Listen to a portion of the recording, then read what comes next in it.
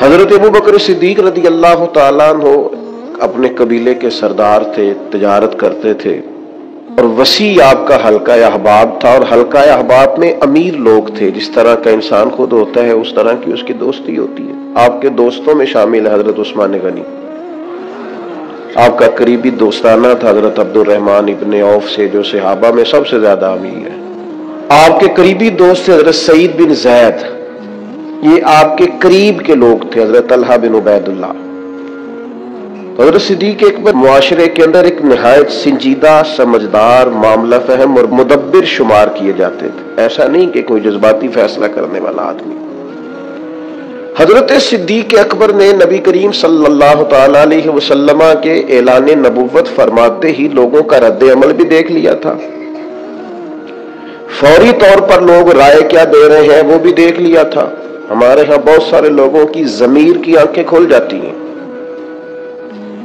شعور کی نہیں کھولتے، سلا دیتے ہیں، کہتے ہیں ابھی حالات ٹھیک نہیں، حالانکہ ضمیر جاگ جاتا ہے، آنکھیں نہیں کھولتے۔ حضرت صدیق اکبر کو جب پتہ چل گیا محبوب سچے ہیں، تو پھر انہوں نے امت کو یہ اپنے عمل سے پیغام دیا ہے کہ ایمان، عشق، محبت، غلامی یہ جمہوری نہیں ہوتی کہ سارے کریں گے تو پھر میں کروں گا۔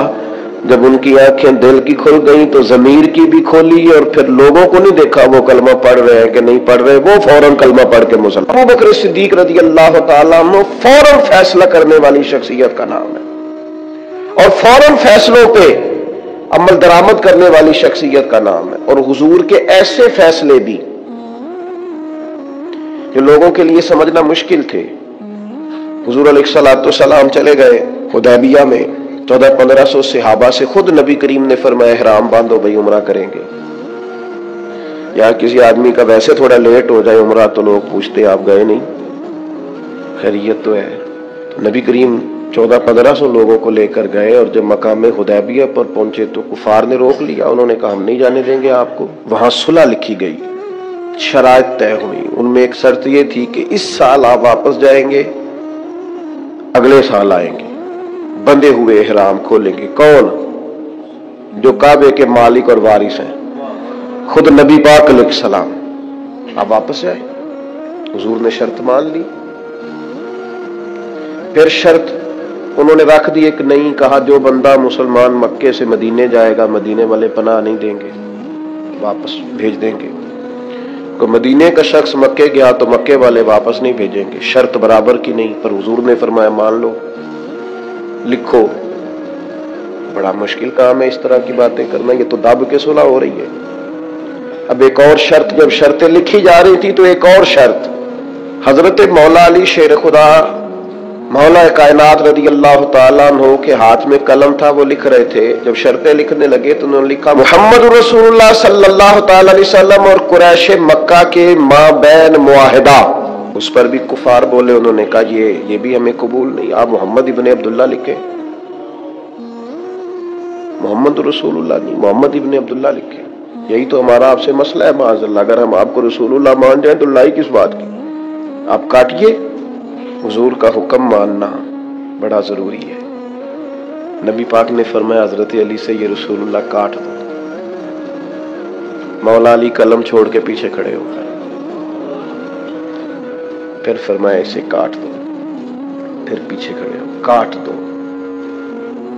شیر تھے، شیر اور دلیر لوگوں کی آنکھوں میں آنسو کم آتے ہیں۔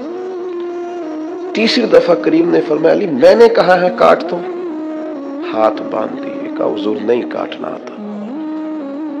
غلام فریدہ میں ساری تیری، تینوں وجہ یقین نہیں آیا، کاٹ دو اس کو۔ تو مولا کائنات نے، اب حضور نے یہ نہیں فرمایا لکھنا آتا ہے تو کاٹنا کیوں نہیں آتا، یہ نہیں فرمایا، حضور نہیں کاٹا جاتا۔ فرمایا چل پھر اس طرح کر، تو پیچھے ہٹ۔ اللہ کے محبوب نے خود وہاں سے رسول اللہ کاٹ کے محمد ابن، اتنی سخت شرطیں، اتنی سخت شرطیں۔ اور پھر حضور نے ابھی شرط طے ہی کی تھی کہ جو مکہ مکرمہ سے آئے گا ہم اسے پناہ نہیں دیں گے، ابھی شرط طے ہوئی تھی، لکھی نہیں تھی کہ حضرت ابو جندل آ گئے، پیروں میں زنجیریں، ہاتھ بندھے ہوئے، رو کے عرض کی حضور مجھے نہ چھوڑ کے جائیے گا، بڑا مارتے ہیں، تکلیف دیتے ہیں۔ ابھی بات ہو ہی رہی تھی کہ پھر قریش میں سے لوگ بولے کہ آپ نے وعدہ کیا نہیں لے کے جائیں گے۔ اسی عالم میں حضور نے واپس بھیجا، اتنی کڑی شرطیں۔ جب یہ معاہدہ طے ہو گیا، احرام کھولنے ہیں، بڑا مشکل کام ہے، 1 سال تک انتظار کرنا ہے، واپس جائیں گے، یہودی رہتے ہیں، منافق رہتے ہیں مدینے میں، باتیں کریں گے، ساری باتیں پیش نظر تھیں۔ حضرت عمر جذبہ جہاد سے سرشار، صحیح بخاری میں موجود ہے، نبی کریم کے حضور حاضر ہوئے، عرض کی حضور آپ بھی سچے، قرآن بھی سچا، اسلام بھی سچا، ہم دب کے صلح کیوں کر رہے ہیں؟ آپ ہمیں اجازت دیں، نمٹ لیتے ہیں ان سے۔ نبی پاک علیہ الصلوۃ والسلام نے کیا فرمایا؟ فرمایا عمر میں اللہ کا رسول ہوں، میں مرضی سے فیصلے نہیں کرتا، وہی کہتا ہوں جو میرا رب حکم ارشاد فرماتا ہے۔ حضرت عمر عرض کرنے لگے یا رسول اللہ آپ نے فرمایا نہیں تھا کہ عمرہ کریں گے، احرام باندھو؟ تو حضور فرمانے لگے کہا تھا عمرہ کریں گے، یہ تھوڑی کہا تھا اسی سال ہی کریں گے، کریں گے نا عمرہ، ہوگا عمرہ۔ حضرت فاروق اعظم کہتے ہیں میں حضور کی بارگاہ سے نکل آیا، لیکن وہ کافروں نے نبی پاک کو ان سخت شرائط میں منایا تھا، تو مجھے جذبہ جہاد، ولولہ، دبدبا اور مزاج کے اندر وہ جو بار بار میرے چیز پیدا ہو رہی تھی کہ ہم 313 تھے تو ان کے چھکے چھڑا دیے، اب تو ہم ہزاروں میں ہیں، کریم حکم تو کرے۔ فرماتے ہیں میں وہاں سے تھوڑا پیچھے گیا تو حضرت ابو بکر صدیق موجود تھے۔ میں نے کہا ابو بکر حضور بھی سچے، وہی باتیں جو حضور سے کی تھی، ابو بکر صدیق نبی پاک بھی سچے، قرآن بھی سچا، اسلام بھی سچا، تو ہم دب کے صلح کیوں کریں؟ تو فرماتے ہیں کہ حضرت صدیق اکبر نے مجھے ایسے مزاج شناسا ہے نبی پاک کے، وہی جواب دیا جو حضور نے دیا تھا، کہنے لگے عمر تجھے تیری ماں روئے، وہ اللہ کے رسول ہیں، وہ مرضی سے فیصلہ نہیں کرتے، وہی فرماتے ہیں جو رب انہیں حکم ارشاد فرماتا۔ وہی بات حضرت صدیق نے کر دی تو ارشاد فرمانے لگے، میں نے فوراً پھر وہی جملہ دہرایا جو حضور کے سامنے، میں نے کہا ابو بکر کریم نے فرمایا نہیں تھا عمرہ کریں گے، احرام باندھو؟ تو حضرت صدیق اکبر کہنے لگے کہا تھا محبوب نے، فرمایا تھا، پر یہ تو نہیں نہ فرمایا تھا کہ اسی سال ہی کریں گے۔ حضرت سیدنا عمر فاروق فرماتے ہیں میں پیچھے، بخاری میں موجود ہے، فرماتے میں پیچھے ہٹ گیا، تھوڑی دیر کے بعد جب میرا مزاج نارمل ہوا تو یہ ٹھنڈی ہوئی تو باقی تو باتیں میں نے سوچی ہی سوچی تھی، میں سوچنے لگا ابو بکر صدیق کا ایمان کتنا طاقتور ہے، کتنا مضبوط ہے، کتنے شناس۔ ایک ہوتا ہے حکم، ایک ہوتی ہے مرضی۔ کچھ لوگ کہتے ہیں جی وہ میں نے پوچھا تھا، حضرت صاحب نے مجھے کہا تھا آپ جائیں، یہ حکم ہے بھائی، مرضی بھی تو پوچھ، مرضی کیا ہے؟ یہ جو کہ ہمارا دور دلیل کا ہے، دلیل دے دوں، ایک حکم ہوتا ہے، ایک رضا ہوتی ہے، ان میں فرق ہے۔ حضور نے فرمایا طلاق دینا جائز ہے، رضا نہیں اللہ کی، پسند نہیں اللہ کو، جائز ہے پر پسند، یہ فرق ہوتا ہے۔ ایک چیز یہ ہے کہ اس کی اجازت ہے، ایک یہ ہے کہ وہ پسند، ان میں فرق ہے۔ حضرت ابو بکر صدیق رضی اللہ تعالیٰ عنہ کا کمال یہ ہے کہ وہ نبی پاک کی رضا کو جان گئے تھے۔ انہیں حضور نے فرمایا نہیں تھا کہ بلال کو خرید کے لائیں، فرمایا نہیں، نبی پاک حکمن نہیں کہا، لیکن حضور سیدنا بلال کے لیے پریشان تھے تو جناب صدیق بات سمجھ گئے اور جا کے کہا بلال خریدنے آیا ہوں، تو اس نے اپنے حساب سے بڑے مہنگے پیسے بتائے، تو آپ فرمانے لگے تو انہیں اپنی اوقات کے برابر ہی بات کی ہے، میں تو بہت کچھ لے کے آیا تھا۔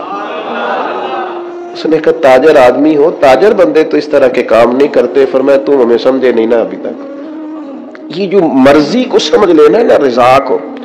میں آپ سے عرض کروں، میں دینی لوگوں سے بھی مجھے شکوہ رہتا ہے، دینی لوگ بھی کئی دفعہ 2 قدم پیچھے ہٹتے ہیں، اپنے کام کا مزہ نہیں لیتے، دفاعی محاذ پہ کھڑے ہو جاتے ہیں، نہیں جی نہیں وہ تو بات آپ کی ٹھیک ہے، پر وہ میں نے، میرا مطلب یہ ہے، ان کا بھئی آپ اچھی باتیں کیوں کرتے ہیں، کس بات کا ڈر ہے؟ اگر آپ رسول پاک کی غلامی کا دعویٰ کرتے ہیں تو وہ سرے حشر بھی کریں گے، 2 قدم پیچھے ہٹنے کا کیا معنی؟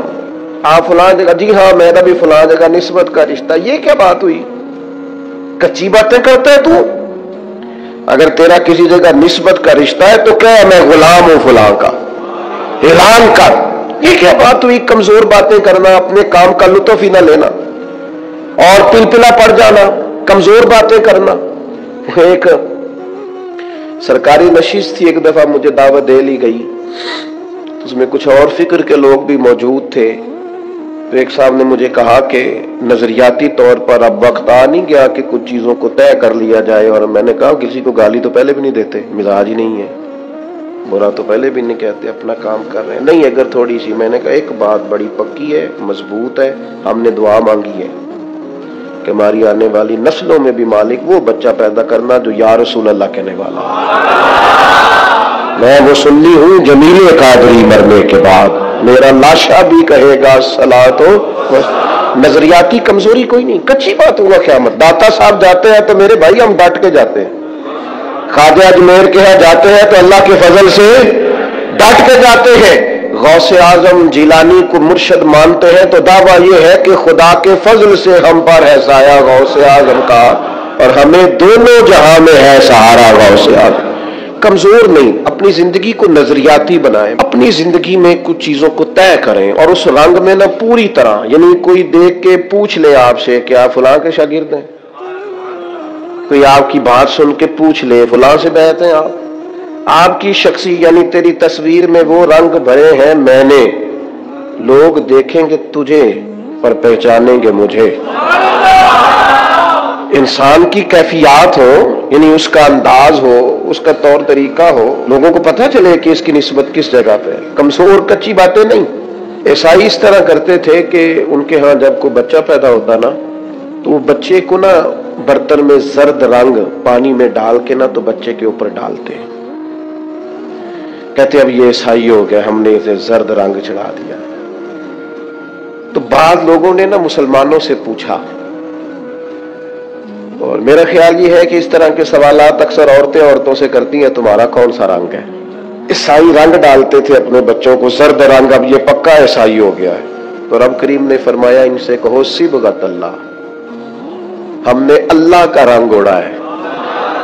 یہ قرآن مجید کی آیت جو میں نے تلاوت کی، مسلمان کا رنگ کیا ہے؟ صبغۃ اللہ، ہم نے اللہ کا رنگ لیا ہے۔ ومن احسن من اللہ صبغہ، اور ان سے پوچھو اللہ کے رنگ سے سونا رنگ بھی کسی کا ہو سکتا ہے؟ یہ مسلمانوں پر جو رنگ ہے یہ اللہ، اور پوری طرح رنگ گئے اس میں، کون کون رنگے؟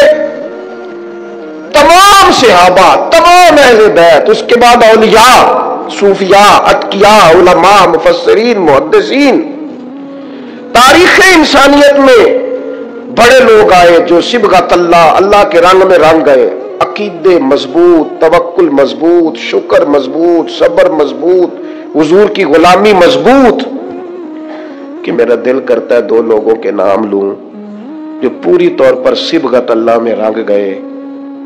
ایک نام انبیاء میں ہے، وہ ہے حضرت ابراہیم خلیل اللہ کا، واتخذ اللہ ابراہیم خلیلا، میں نے جناب ابراہیم علیہ السلام کو اپنا خلیل بنا لیا۔ اور کیسے بنایا؟ وَإِذِ ابْتَلَىٰ إِبْرَاهِيمَ رَبُّهُ بِكَلِمَاتٍ فَأَتَمَّهُنَّ قَالَ إِنِّي جَاعِلُكَ لِلنَّاسِ إِمَامًا، رب فرماتا ہے میں نے بعض باتوں میں جناب ابراہیم کو آزمایا، میں نے امتحان لیا، یاری تیری سونا تے ازمائشاں تیریاں اگ، سونا پرکھیا جامدائی پہلو نال اگاں دے لگ۔ اللہ فرماتے ہیں میں نے ان سے امتحان لیا، فَأَتَمَّهُنَّ، پھر امتحان لینے والا فرماتا ہے وہ میرے امتحان پہ پورے اترے۔ قَالَ إِنِّي جَاعِلُكَ لِلنَّاسِ إِمَامًا، فرمایا ابراہیم اب میں آپ کو لوگوں کا امام بنانے والا ہوں۔ حضرت ابراہیم انبیاء میں اور امت مسلمہ میں جس نے پورا رنگ پوری طرح اوڑا ہے نا اللہ کا رنگ، وہ حضرت ابوبکر صدیق، پوری طرح صبغۃ اللہ۔ نبی پاک علیہ السلام نے فرمایا جنتیوں کی 360 نشانیاں ہیں، کسی میں ایک بھی پائی جائے نا تو وہ جنتی ہے۔ حضرت صدیق اکبر دھیمے بڑے تھے، بات بڑی آہستگی سے کرتے تھے، لہجہ بڑا بردباری والا تھا،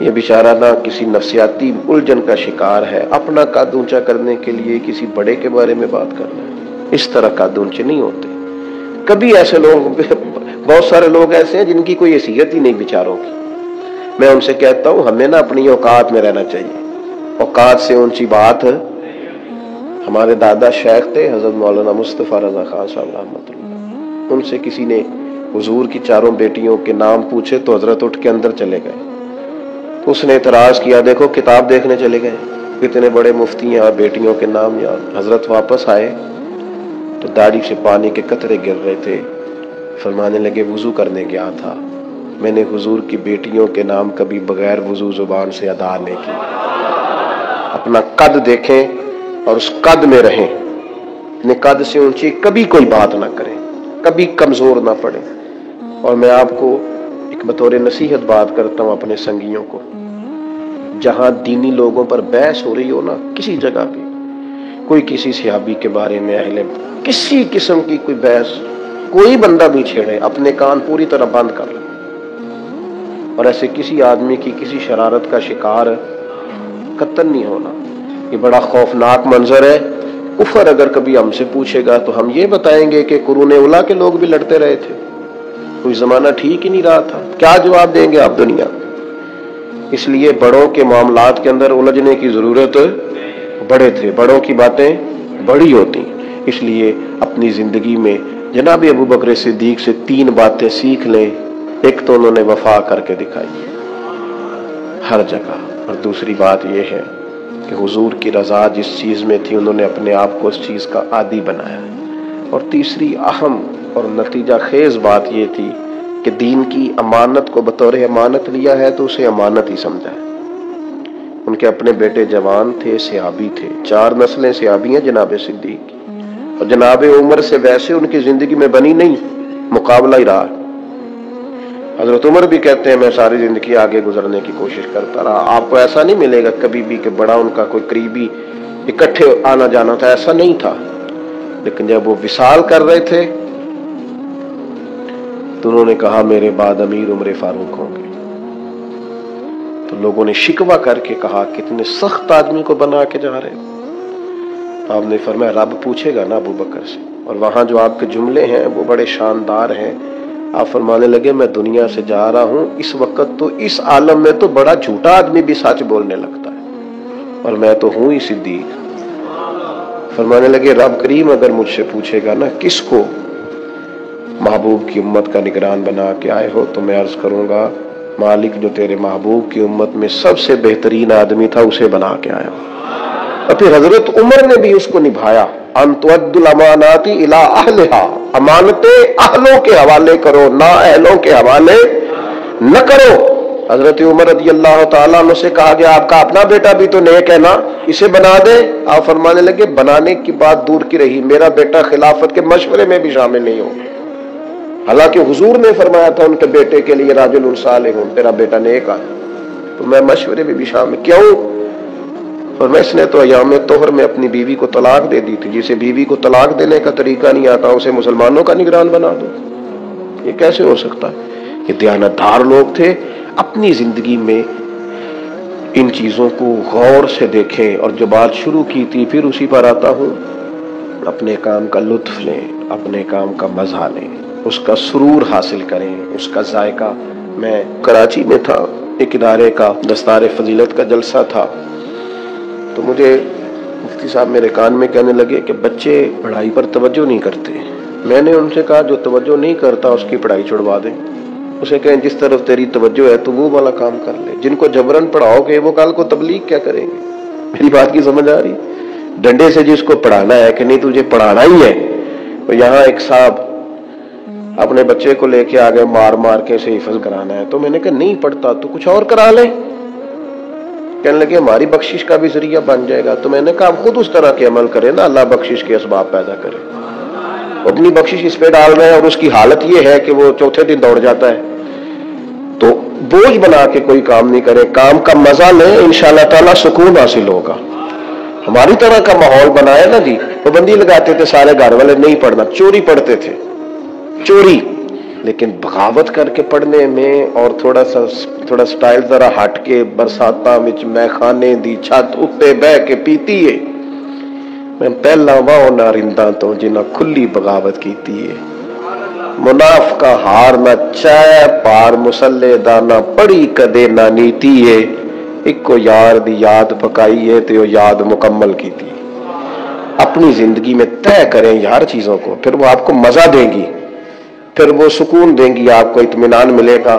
اللہ تعالیٰ آپ سب کا حامی و ناصر ہو۔